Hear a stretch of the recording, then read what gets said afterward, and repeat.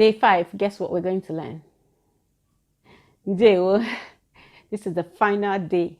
Yay. Well done. It's not easy. Okay, starting something easy, but finishing it is the hard part. So you've come to the end of this challenge.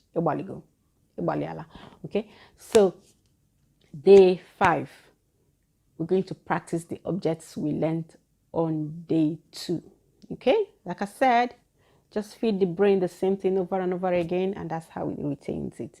And the objects we learned on day 2, remember, you pick 3 cards or 3 pieces of paper, write them out, and ask your child to go place its objects with what. So if your child can read, you write apa, ngaji, efere, bag, spoon, plate, and ask them to go drop it on the said item.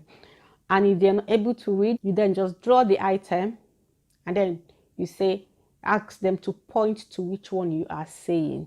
Okay, so you place the items you've drawn out like on a table, and then I can just say apa, go sim apa.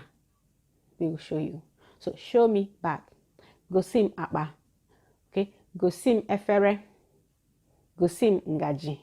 Okay, well done. This is awesome. Okay, I'm sure you might be wondering, is that the end? Oh my God, only 5 days. We've got loads to learn. We haven't even gone anywhere. Because of that, I've created a longer challenge. This is going to go over 8 weeks. So what we've done, we do 8 times.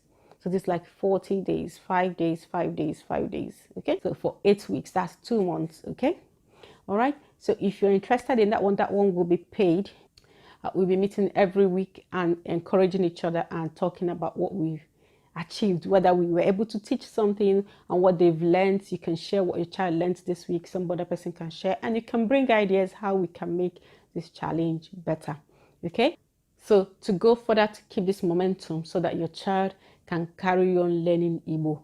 Okay, so go on and join this parent club, which is going to last for 8 weeks. Okay, all right, I'm gonna see you on the inside. Got it.